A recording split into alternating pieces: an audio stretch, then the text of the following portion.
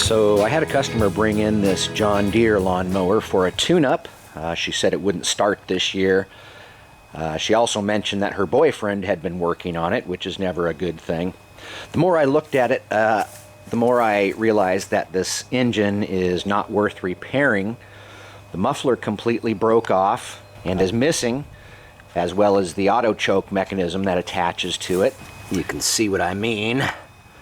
That one's broken off and that one's completely stripped out. So unfortunately, in my opinion, this engine is not worth repairing. So we're going to put a new engine on here. Should be really easy. It's a John Deere Briggs and Stratton engine. There's only like 4 bolts to remove these engines. And then of course you have to remove the, the cable here that's attached there. All the bolts are located underneath the lawnmower. And this is what came off. Got your blade and your blade adapter. I had a pulley, and those are the motor mount bolts. So at this point, everything's loosened up on the engine. It's ready to come off. There's several ways you could go about this. I prefer the karate method. And just when you start getting confident,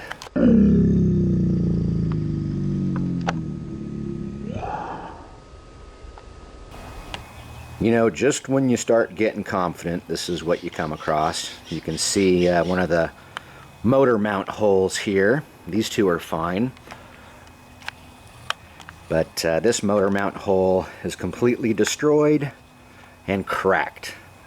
So we're going to have to repair that, and I'll show you how I do it.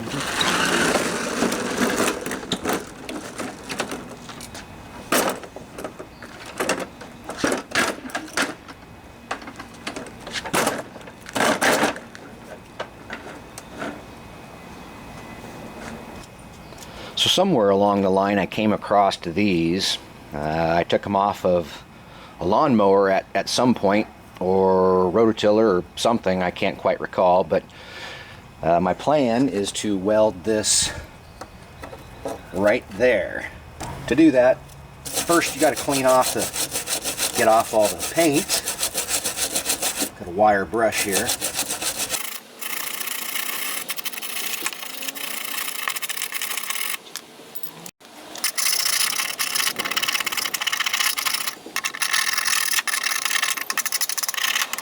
And the idea is to get it down to bare metal as much as possible here.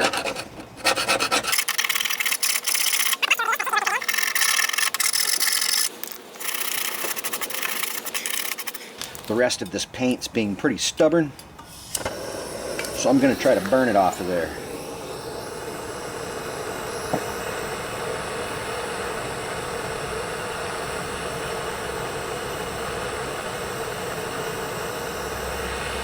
Yep.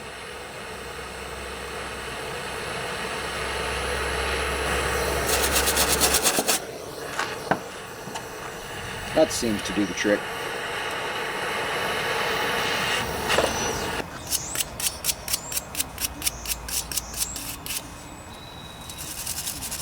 I'm going to scuff up this piece really good too, get all the rust off here as much as possible. I think I'll get some sandpaper for it.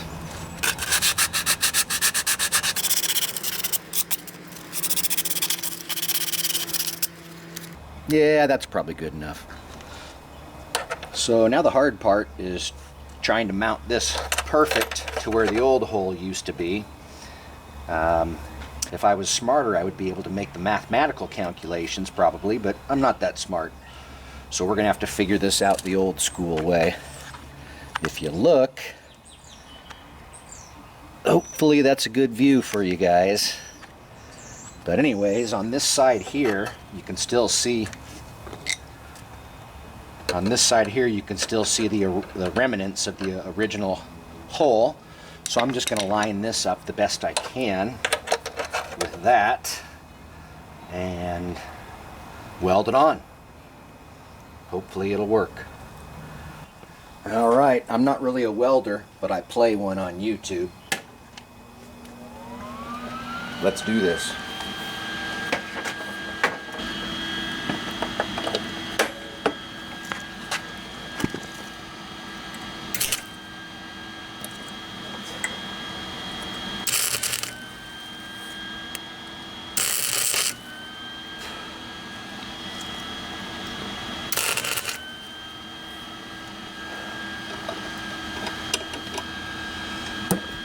should be able to take this off now. Give myself a little more room. So I was told once it's not good for your camera to point it at the sun or a weld taking place, so I'm going to turn it off for now. Yeah, you see, it doesn't need to be perfect, but that'll work. I'm going to get the top side a little bit too. And I'll spray a little primer on here.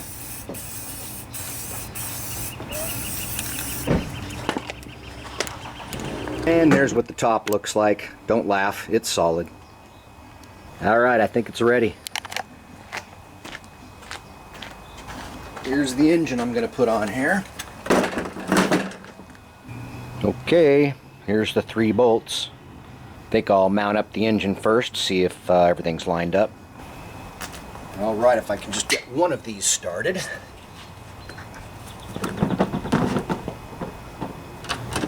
So far, so good, I think. Yep.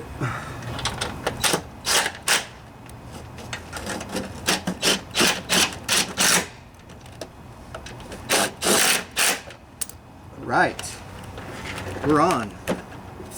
Okay, here's what we have so far. I'll make sure the belt is on the proper side of the shaft. And I have these, I forgot these bolts had the belt keepers, so I put those back on.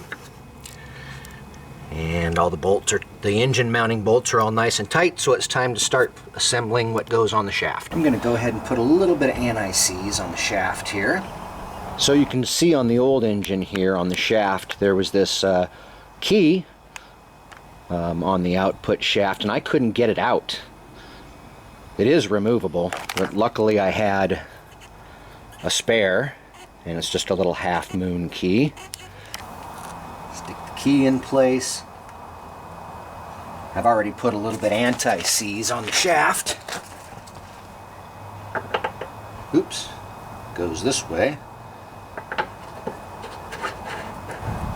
Lock that set screw in. So I don't want to jam the pulley all the way up against the engine, but I'll leave a little bit of a gap there. I'm surprised there's no spacer that went behind there. Oh well. As long as the belt has a straight path.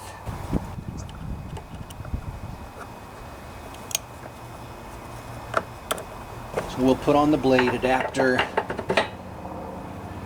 And this actually isn't the correct blade for this adapter, but I think it'll work for now.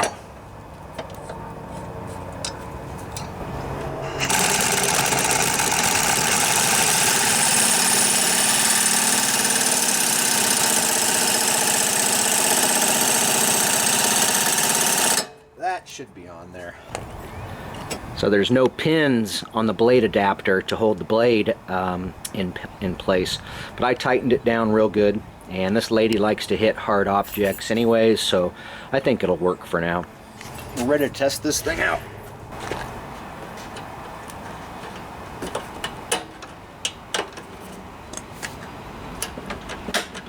Here we go.